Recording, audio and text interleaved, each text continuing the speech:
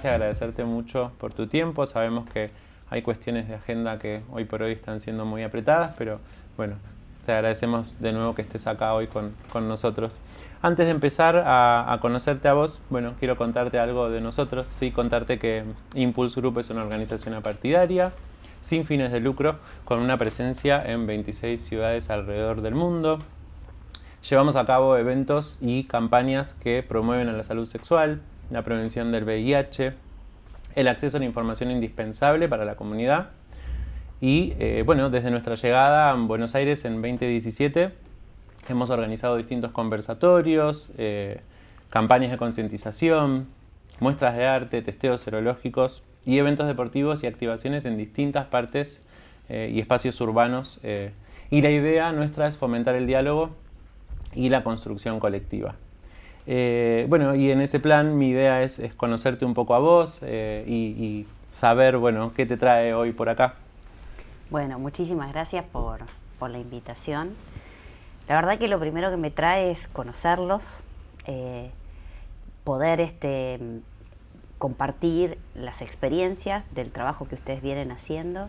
Creo muchísimo en el trabajo colectivo, en la construcción de políticas públicas basadas en evidencias y basadas en experiencias, porque a veces hay experiencias de la vida que no necesariamente están registradas en un dato.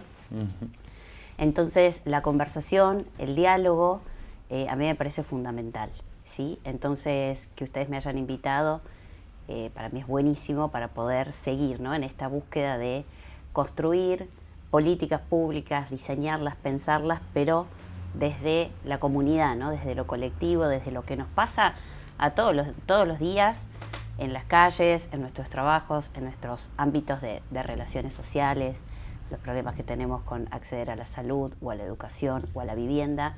Creo que eso se palpa, se vive mucho más conversando y después complementándolo, por supuesto, con lo que es la ciencia, la evidencia. A mí me gusta trabajar mucho desde ese enfoque, pero sin perder la mirada en las personas, ¿no?, en lo que nos pasa. Entonces, por eso me parecía importante compartir este momento con ustedes. Muchísimas gracias, Dolores. Y en ese sentido, ¿por qué aceptaste esta entrevista hoy?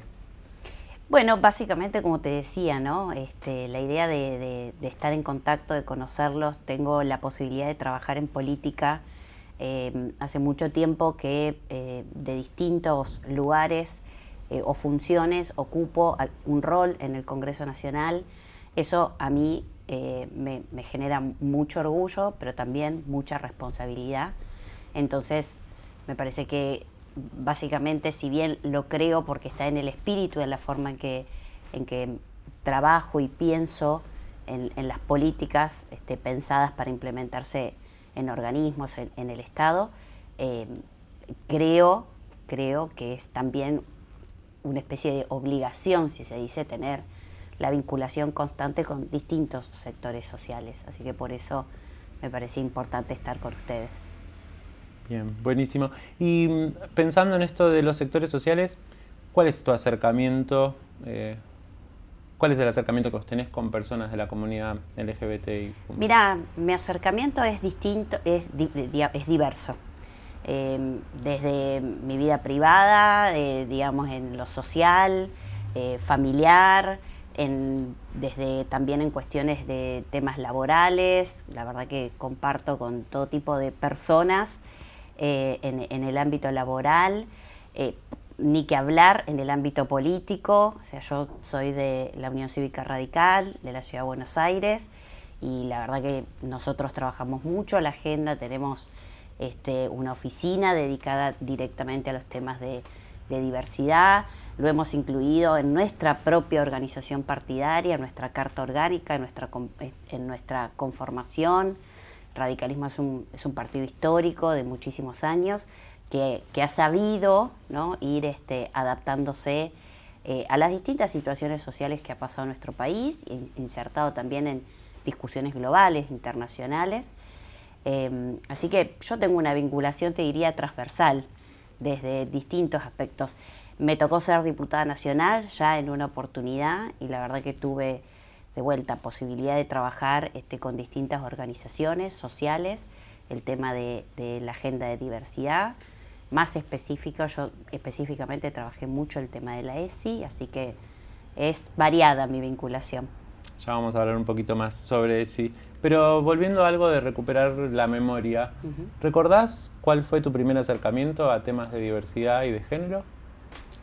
Mira, mi primer acercamiento, independientemente de la vida privada, digamos, o sea, tuvo que ver directamente con mi acercamiento a pensar políticas públicas enfocadas en líneas generales es esto, enfocadas mucho en la cuestión de el acceso igualitario de las personas para insertarse en distintos ámbitos, ¿no? O sea, nosotros desde mi espacio político, esto lo creo profundamente, la cuestión de la desigualdad es muy profunda en la Argentina, o sea, las brechas son profundas y hay en determinados sectores donde se siente muchísimo más, ¿no? Es muy probable que yo la primera agenda que haya tomado, el primer vínculo que haya tenido, sea más por una cuestión de género y por una cuestión de la lucha por la igualdad de las mujeres, y en ese ámbito empecé a ver que no era solamente por el tema de las mujeres, sino que había otros grupos, otros colectivos que también sufrían las mismas, o te diría, quizás hasta peores, ¿no? Desigualdades. Así que lo mío vino desde una cuestión de vinculación social del ámbito privado, pero fundamentalmente del ámbito de la política, en mi trabajo en el Partido Radical, en el Congreso de la Nación, de vincularme constantemente con las personas, con las organizaciones, la vida cotidiana. Bueno, y pensaba un poco en esto de, bueno, vos tuviste la posibilidad de ser diputada ya una vez, y pensando de acá al futuro, ¿sí? ¿Qué pensás en relación a, crees que los derechos de las personas de la diversidad sexual son más vulnerados? Mira, yo, o sea, creo que efectivamente se profundiza la desigualdad en sectores de la diversidad. Y la verdad que hago un repaso, de vuelta siempre me pasa que termino volviendo a ejemplos por ahí más concretos de la lucha que tiene que ver con la igualdad de las mujeres, y siempre digo que, sobre todo cuando ves en temas de números, no de calidad, probablemente de la participación de las mujeres en la política, en distintos ámbitos, las leyes, por ejemplo, de cupo en un primer momento y después de paridad, para mí han sido fundamentales en cómo han ayudado, cómo han colaborado para transformar el rol de las mujeres. Y en ese sentido, ahí es cuando efectivamente el foco lo pongo en que las diversidades también tienen el mismo problema de accesibilidad. Y creo que trabajar en este tipo de leyes es clave. No lo es todo. O sea, yo siempre digo, no se nos tiene que ir la vida por un cupo o por una paridad, pero sí son claves para el inicio del proceso de transformación de la mirada que tenemos respecto a cómo lograr una inserción más igualitaria de la diversidad en distintos sectores, ¿no? Bien. Y me quedé pensando en esto de la ESI, que bueno, que me contabas que tuviste injerencia en algo del armado, de la estructuración. ¿Cómo lo ves ahora? ¿Cómo ves la implementación de la ESI actualmente en la ciudad? ¿Propondrías algún cambio, alguna mejora? Mira, sí, ya las propuse y las volvería a seguir proponiendo. Creo en la educación como el motor de la transformación. O sea, de vuelta, si miramos desde el enfoque que te comento, que miro, analizo la política, las políticas públicas, la cuestión de la desigualdad es un tema fundamental para pensar cualquier política pública en la Argentina. Entonces,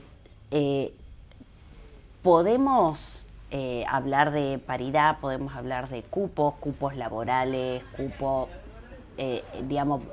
pisos, desde donde nosotros podamos empezar a transitar de otra manera las organizaciones en los distintos ámbitos de la sociedad. Ahora, la educación es para mí la herramienta verdaderamente transformadora.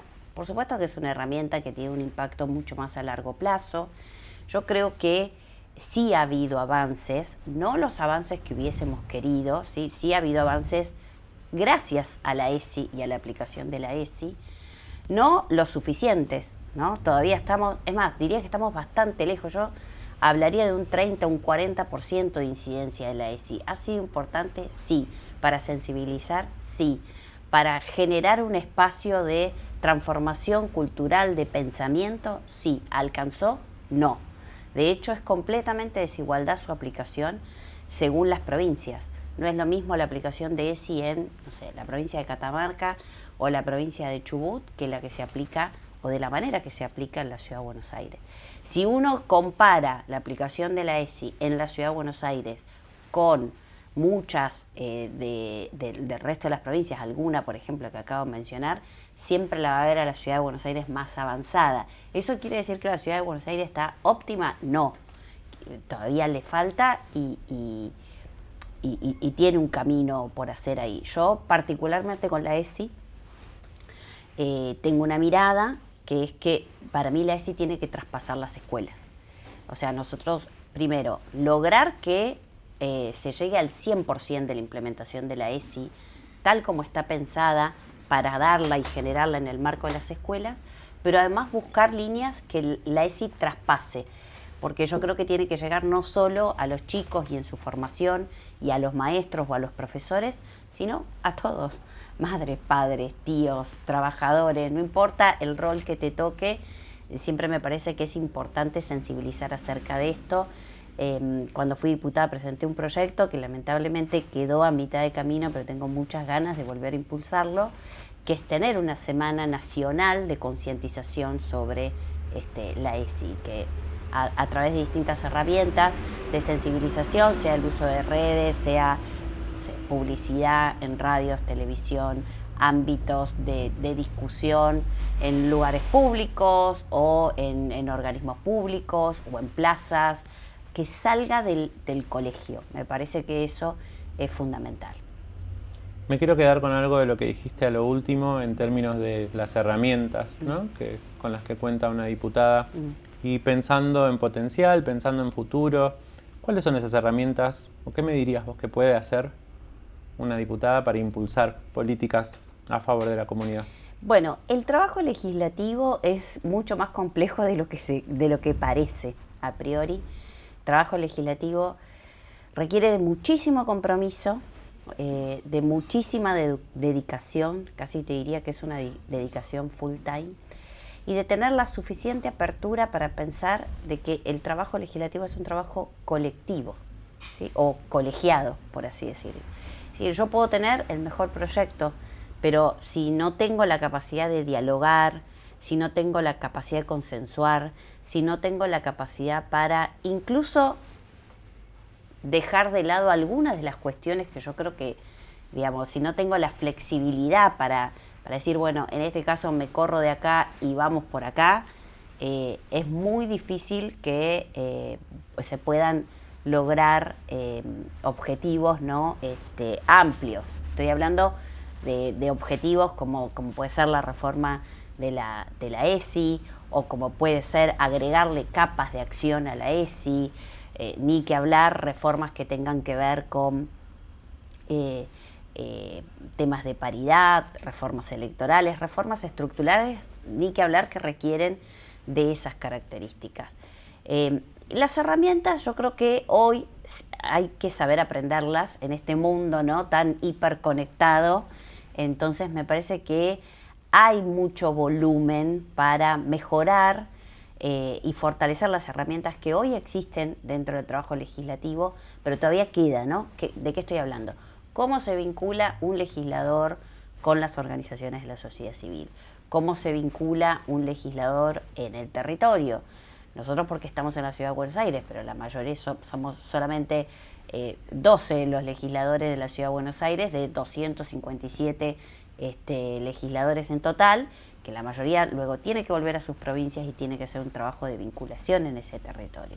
Entonces, es un trabajo complejo que te da algunas herramientas, como por ejemplo tener voz, ¿sí?, ser una vocería, poder representar, tener herramientas para legislar, tener equipos técnicos, tener la capacidad de rodearte de equipos técnicos para analizar políticas públicas en concreto, tener la posibilidad de la herramienta de control que tienen los poderes legislativos para vincularse con el Poder Ejecutivo o el Poder Judicial y pedirles, reclamarles distintas cuestiones de efectividad en la aplicación, por ejemplo, de leyes. Las herramientas están, las vocerías están. Creo que lo que hay que profundizar dentro de lo que es el trabajo legislativo es en la institucionalización de estos procesos de vinculación. O sea, que si efectivamente me voy a vincular, que esa vinculación tenga una incidencia real. Si hago una audiencia pública, que pueda haber una incidencia real en ese proceso de formación y sanción de una ley. Bueno, vamos a ir ahora un poquito me gustaría que charlemos en términos de proyectos y de ideas vinculadas, sí, a la diversidad sexual y de género. ¿Cuáles son aquellos que vos tenés que se vinculan directamente? Mira, hay dos, uno que ya te lo adelanté, pero yo de vuelta creo que la cuestión de la educación sexual integral es fundamental. Justamente esta semana estuve viendo la película Belén, que se estrenó sobre el caso de una chica tucumana que estuvo presa por un aborto espontáneo. Y la verdad que a mí me pareció muy importante la película relacionada con la ESI, ¿no? Miraba el caso y más allá de lo puntual de lo que le pasó lamentablemente a Belén, lo que se puede percibir en esa película, que recomiendo verla, es justamente cómo falla la justicia, cómo es el sistema burocrático y muchas veces infectado de temas de corrupción, la dificultad de acceder a la información, de saber, de conocer cuáles son tus derechos, cómo los tenés que ejercer, que alguien te los pueda explicar de una manera sencilla. Entonces, de vuelta, creo que la educación sexual integral es uno de los grandes ejes que es transversal a cualquier otro tipo de política que yo pueda impulsar. Porque puedo decir cosas muy puntuales sobre fortalecimiento de políticas públicas dentro de lo que es el ámbito de la diversidad. Es más, de hecho, creo que una fundamental tiene que ver con los cupos laborales.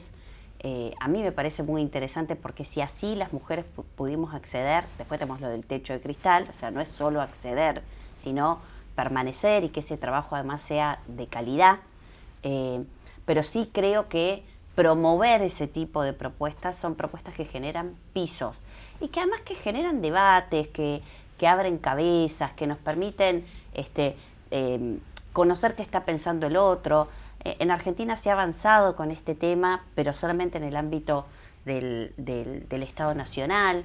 Yo creo que se puede avanzar muchísimo más dialogando con el sector privado, con las organizaciones deportivas, por ejemplo, que son lugares donde todavía está, o las organizaciones del ámbito periodístico. O sea, es un debate que es muy sensible porque siempre está esta cuestión de fondo de hasta dónde está la intromisión del Estado, ¿no? en la parte privada. Pero de vuelta, creo que si logramos tener debates más sinceros, más maduros, entendiendo este tipo de enfoques y entendiendo que son pisos, ¿no?, de estandarización para el acceso de las diversidades, para generar estos espacios de acceder a cuestiones muy básicas, que es tener educación, tener derecho y obviamente también tener salud.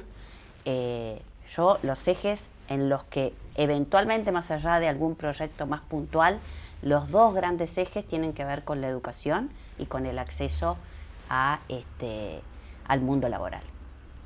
Y en esa línea, preguntarte, ya que me dejas ese pie ahí tan genial, preguntarte esto, si apoyarías acciones que afirmen el cupo o el ingreso de personas LGBT más a la administración pública.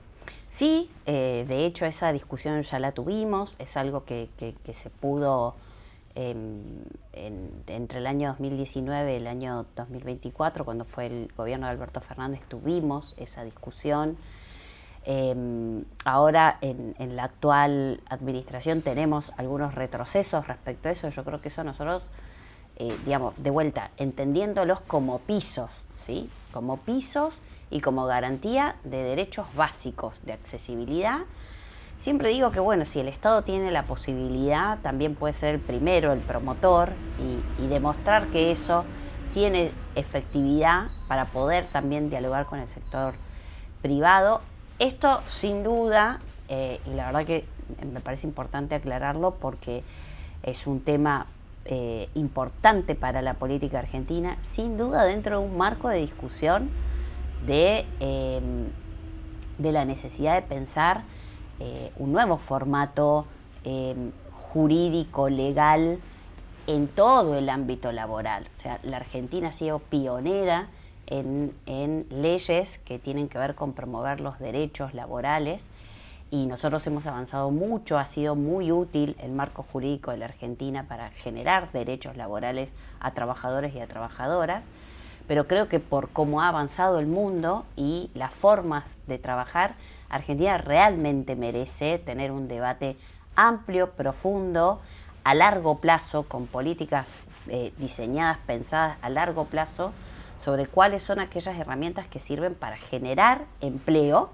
y en ese marco, sin dudas, discutir, debatir y promover el acceso también de las diversidades. Bien, y uno de esos accesos o una de esas, pensaba en esto de, bueno, del poder acceder. Uh-huh. ¿Cómo ves vos a la posibilidad o qué pensás a la hora de asegurar, por así decir, el acceso sin discriminación Uh-huh. a la salud a personas que viven con VIH? Mira, yo creo fervientemente en el rol del Estado. O sea, yo creo que el Estado es un actor fundamental en la garantía del acceso a los derechos de todas las personas. Por supuesto, un Estado que sea inteligente, un Estado que sepa a dónde ponerla específicamente las prioridades, cuándo decir, a todo no se puede nunca decir que sí. Eso yo creo que es un aprendizaje que tenemos que tener en la política argentina. Entonces, garantizar el acceso a la salud, por supuesto para todas las personas, pero me parece que focalizar en aquellas cuestiones que al sector de la diversidad le son aún muchísimas más complejas es fundamental. Cuando hablo de un Estado inteligente y un Estado eficiente, hablo de un Estado que sabe mirar, que sabe poner el foco en. Entonces yo creo que si nosotros tenemos una política, precisa respecto a dónde tienen que ir esos recursos, el tema de acceder a los hospitales públicos, el tema de que ese acceso sea garantizado de una manera lo más posible, igualitaria en todas las provincias, porque, insisto, nosotros en la Ciudad de Buenos Aires vivimos una determinada realidad que, con todas sus deficiencias, no es la realidad que viven muchísimas provincias en la Argentina.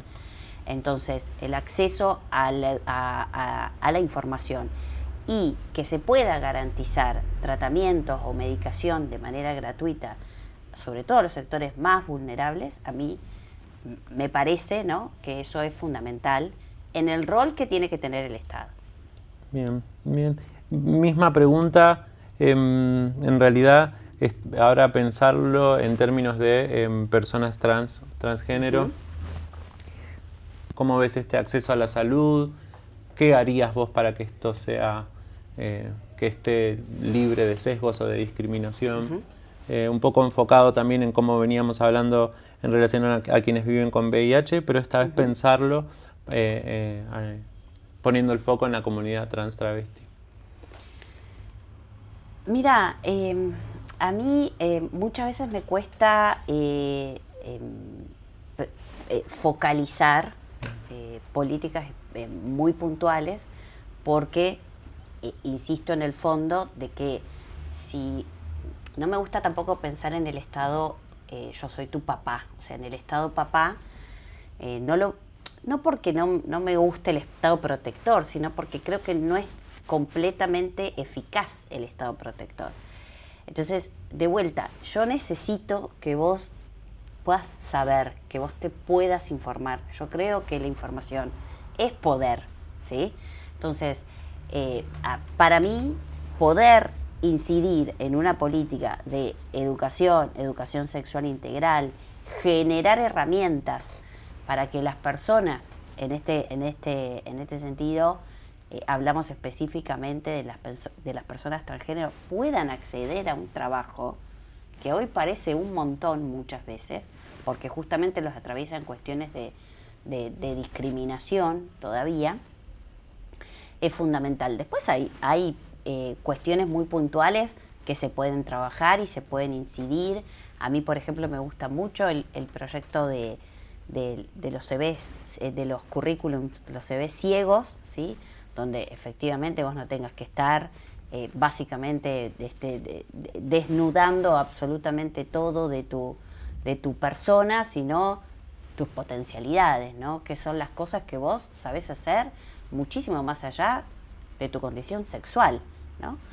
Y me parece que de alguna u otra manera en estas nuevas modalidades de trabajo eso está ocurriendo. Entonces lo que sí efectivamente necesitamos que le pueda ocurrir a todos, pero insisto, es muy difícil para mí pensar en políticas focalizadas, que yo pueda salir con un proyecto y decirte, mirá, me parece que el CV ciego es buenísimo y aprobarlo, si en definitiva no estoy generando las condiciones de acceso a un trabajo, de acceso al mundo laboral, de una manera, ¿no? Que no sean trabajos precarios, ¿no? Quiero sacar a las personas que están trabajando en negro, y eso es más del 40% en la Argentina.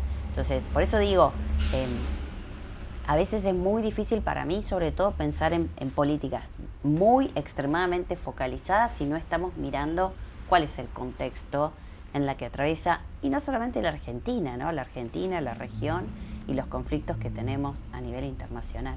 Pero hay, como este que te digo, el CV ciego, por ejemplo, hay programas de articulación. A mí me gusta mucho el vínculo de la articulación entre el Estado y la sociedad civil, los aportes que puede hacer también el sector privado. Yo creo mucho en esa sinergia.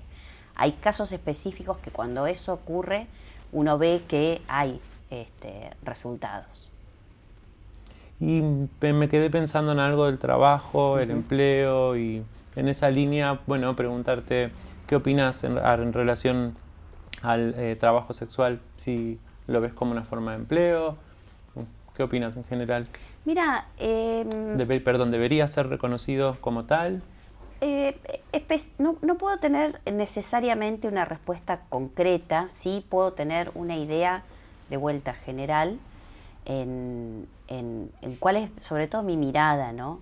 Yo creo mucho, obviamente, en la libertad de las personas para poder ejercer sus deseos, sus miradas, para poder ejercer sus derechos, sus formas de vida. Lo que sí me parece que si yo formo parte del Estado o tengo la responsabilidad de formar parte y de generar procesos en toma de decisión que incidan en las políticas, de vuelta, yo creo en los pisos, ¿sí? Yo creo en que el Estado tiene que tener un rol ordenador de pisos. Luego, digamos, hay discusiones muy particulares como esta. Y cuando no tengo tomado una posición, específicamente como esta que me estás preguntando, no tengo ningún tipo de problema en escuchar, en formarme, en escuchar, en que me expliquen, en que me digan, mira, esto es así o puede ser así y estas son las ventajas. Lo que siempre van a encontrar en mí es una persona súper abierta al diálogo, súper abierta mentalmente. Si bien tengo 47 años, creo que incluso todavía voy aprendiendo constantemente sobre distintas cuestiones. Me ha pasado, incluso con las cuestiones propias de las cuestiones de género, me ha pasado de creer que sabía algo y finalmente después dije no y cambié de opinión. En ese sentido no soy una persona cerrada, pertenezco a un espacio político que además es súper diverso y abierto en ese sentido, con lo cual la verdad que no tendría problema de debatirlo. Bien. Y pensando ahora un poco bueno, es un tema bastante actual, los discursos de odio, sí, que vemos por todos lados, tanto en el ámbito legislativo como dentro de tu propio espacio político, ¿cómo los abordarías? ¿Desde qué lugar?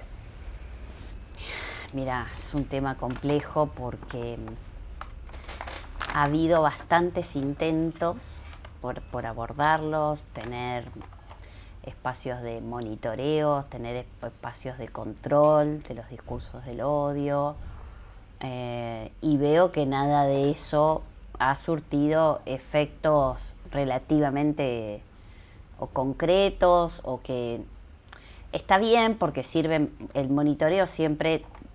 Vuelvo al inicio, o sea, si soy una persona que mira mucho dato, mucha evidencia científica como para situarse, para contextualizarse en determinados problemas, el rol que tiene también el Estado a través del monitoreo es importante.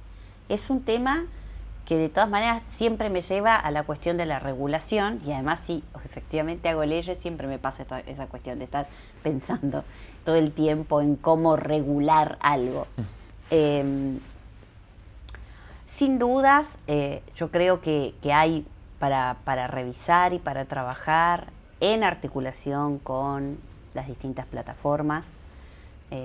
Hay países que han avanzado, hay ejemplos de países que dicen, miren, hasta acá, esto no. Por supuesto, la Unión Europea es una de las más duras en términos de regulación, pero así todo vemos que es algo, ¿no?, que aún avanza. Entonces, de vuelta, y perdón que a veces quedo como muy reiterativa en esta, pero de vuelta ahí efectivamente es donde se ve la cuestión de la importancia de la educación, ¿sí? Porque yo creo que muchas veces se hace porque, a ver, hay un contexto de violencia en líneas generales, y no es solamente esto, no solamente pasa en Argentina. Hoy lo notas constantemente. Hay un tema de violencia y además lo notas constantemente. Digo, tenemos un presidente de la nación que es violento en su discurso. Entonces, desde esa situación para abajo, si se quiere tener una mirada más verticalista, bueno, es muy difícil trabajar en decir no, prohibir algo si tenés al propio presidente o lamentablemente muchos políticos que efectivamente utilizan herramientas o discursos del odio para referirse al otro que es simplemente una persona que está del otro lado de la política, que es un adversario político, no es un enemigo. Entonces, yo lo que pienso es que si está tan imbrincado los discursos del odio en el día a día, ¿no?, es muy difícil de abordarlo solamente mirando temas de sanciones o prohibiciones en el marco de las plataformas. ¿Hay que hacerlo? Sí. ¿Tengo la solución? No. ¿Tengo ejemplos estudiados? Sí. Y me parece que es una conversación que hay que dar en el ámbito. Pero, de vuelta, creo que traspasa, ¿no? Que hay una cuestión, hoy lo veo mucho. Mira, cuando llegó Milei a ser presidente, se instaló mucho la cuestión de el maltrato, dirigirse de la peor manera a un adversario político. Y después lo que empecé a ver es que los políticos también lo empezaban a hacer. A replicarlo. Y en definitiva, supongo, por conversaciones, pero no lo tengo analizado científicamente hablando, que también pudo haber sido porque si al presidente eso lo llevó a ser presidente, a vos también, sí, malas palabras, dirigirse de una manera completamente despectiva, discriminadora a compañeros, por ejemplo, o compañeras en el recinto de la Cámara de Diputados, yo no lo había visto. Me parece que muchos se animaron a hacer eso porque a otros les dio rédito. Entonces, por eso digo que me parece que los discursos del odio son muy complejos que hay distintos lugares de donde abordarlo. De vuelta, el conocimiento, el saber, el entender cuáles son tus derechos, poder difundir la cuestión de la educación es fundamental. Y la transversalidad, ¿no? La transversalidad de que estos son temas que afectan lo vemos en todos lados, lo vemos en la política, lo vemos prendemos la televisión, prendemos la radio, un streaming, en la calle, lo ves en todas partes, está muy metido. Entonces me parece que promoviendo información, educación, sensibilizando, es una herramienta. Hay que mirar, obviamente, el uso y cómo funcionan también las plataformas. Y ese es el gran tema de debate en el marco, ¿no?, del Poder Legislativo. Se abre ahí un mundo de posibilidades. Se abre. Yo creo que hay cosas interesantes para hacer. Pero es una discusión, la regulación de los algoritmos, la transparencia de los algoritmos. Pero hay para abordar ahí. Bien. Hay para abordar. Bueno, ahora te invito a que pensemos un poco en términos de sí y no. Dale. ¿Sí? Y donde vos te quieras detener. Es lo que más me cuesta. bien. Ahí pero lo voy a intentar. Tomate tu tiempo donde vos sientas que quieras explayarte un poquitito. Dale. ¿Sí? Pero la idea es pensar ahí en a favor o en contra, en sí o no. ¿Sí? O bueno, mostrar un poco, contarnos un poco cuál es tu posición. Dale. Bueno, a favor o en contra de matrimonio igualitario. A favor. Adopción homoparental. A favor. La disponibilidad gratuita del PrEP, que no sé si... El PrEP es... Bien, es la medicación que previene la transmisión del VIH. VIH. Sí. Bien. Cupo laboral travesti trans. Sí.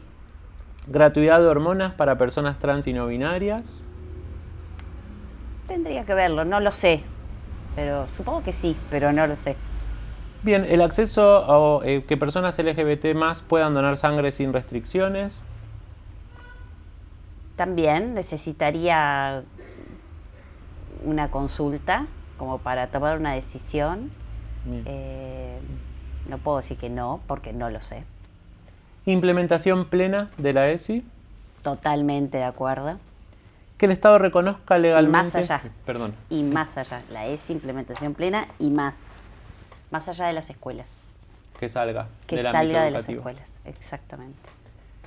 Que el Estado reconozca legalmente la identidad no binaria. Sí. Crear estadísticas oficiales sobre violencia hacia personas de la diversidad sexual. Totalmente. Y el reconocimiento del travesticidio y del transfeminicidio como agravantes en el Código Penal. Sí. ¿Lo crees necesario? Sí, totalmente. Te vuelvo a insistir de mi mirada del recorrido de la lucha en las cuestiones de género y incorporar la figura del femicidio fue clave, por eso me parece esto también fundamental. Los temas de salud, ahí es donde, por ahí, pero por desconocimiento. Bien. Bueno, vamos a ir cerrando con algunas preguntitas más. Contame, acá tenés unos minutitos para explayarte donde lo necesites. ¿Qué harías si algún compañero o compañera de tu bloque lanza algún discurso discriminatorio en el Congreso? ¿Qué haría? Lo primero es hablar con esa persona y tratar de hacerlo entrar en razones o entender por qué está diciendo sin justificarlo. Pero pienso mucho últimamente, porque la verdad que hay una explosión adentro de los espacios políticos, hay mucha incertidumbre, hay impactos que se están dando dentro de los partidos políticos que te hacen repensar algunas cosas. Entonces sí estoy para poder conversar eso, para poder entender eso, pero también para algo que yo creo que nosotros no veníamos haciendo. Para si es necesario denunciar eso, aún estando dentro de tu propio partido político, hacerlo. O sea, denunciarlo, digo, no me sale la palabra, condenarlo, públicamente decir que no estás de acuerdo, yo creo que eso hoy es muchísimo más sano, incluso para las representaciones, ¿no? Bien. ¿Dentro de tu partido hay candidatos visibles que pertenezcan a la comunidad LGBT+? Candidatos visibles. Dentro de mi partido político, bueno, yo te dije que nosotros tenemos una oficina de diversidad, tenemos a Nico Giri, que está en la oficina de diversidad, y la verdad que tenemos varios dirigentes más. No tengo una sola persona, pero sí, nosotros tenemos un espacio sobre diversidad UCR que trabajamos además en todo el país y de manera transversal en todas las políticas públicas que pensamos desde el Partido Radical. ¿Cuál es un prejuicio que crees que hayas tenido y que pudiste revertir en este tiempo? ¿Cuál es un prejuicio? Si es que hay alguno. No, vos sabés que no, lo que te dije, la verdad que soy una que hasta por ahí hasta me asombro a veces de como no tengo prejuicios en línea general. Por ahí sí desconozco algunas cosas y desde el desconocimiento a veces prefiero no opinar, entonces es como que no me estoy formando ideas de algo. Cuando no sé algo, pregunto, digo, ¿y cómo es? Generalmente cuando entiendo, pero mira, hay algo que a mí, cuando en este último tiempo no, pero sí hace un par de años, a mí me impactó muchísimo cuando empecé efectivamente a entender por qué, por ejemplo, las personas trans tenían menos calidad de vida, menos tiempo de vida, y qué era todo lo que los afectaba en su alrededor, ¿no? En su vida social, sea acceder a un colegio, a una universidad, a un trabajo, cosas que por ahí para otra persona es lo más natural, lo más normal, ir a una escuela, no sé, pensar en una carrera o tener un trabajo, cualquier trabajo que fuese, y cómo para las personas trans eso no era lo normal. Y eso a mí fue algo que me impactó muchísimo, porque no me daba cuenta, ¿sí? Hasta que me vinculé con las personas trans, cuando me vinculé con el colectivo trans, cuando pude entender efectivamente cómo era la vida diaria de las personas trans y cómo las afectaba en un montón de cuestiones, ¿no? Eso para mí sí fue un antes y un después poder entender. ¿Y vos cuándo te diste cuenta de tu sexualidad? Y yo creo que de mi sexualidad me di cuenta cuando era chica, creo que habré tenido entre 10 y 12 años. Creo que esa debe haber sido la edad, el despertar de la sexualidad. Ya de chica, antes de la adolescencia. Por ahí juegos, cosas con tus compañeros, con tus amigos del barrio. Ya creo que desde ese lugar, desde ese momento, ya empecé a sentir la cuestión de lo sexual. Y en esa línea, ¿por qué una persona dentro del colectivo LGBT te tiene que votar? ¿Qué mensaje le querés dar? Mira, a las personas dentro del colectivo LGBT les digo que es fundamental, en el trabajo legislativo es fundamental el diálogo y la transversalidad política. Entonces, es importante que nosotros tengamos representantes del colectivo LGBT en la Cámara de Diputados, que haya diputadas, que haya diputados, sí es fundamental. ¿Alcanza? No. Entonces, yo creo que es importante mirar en cada uno de los partidos políticos qué se piensa sobre eso, porque en definitiva, insisto, cuando se va a votar una ley, no se vota por 1, por 2 o por 3, se vota por más de 129 votos.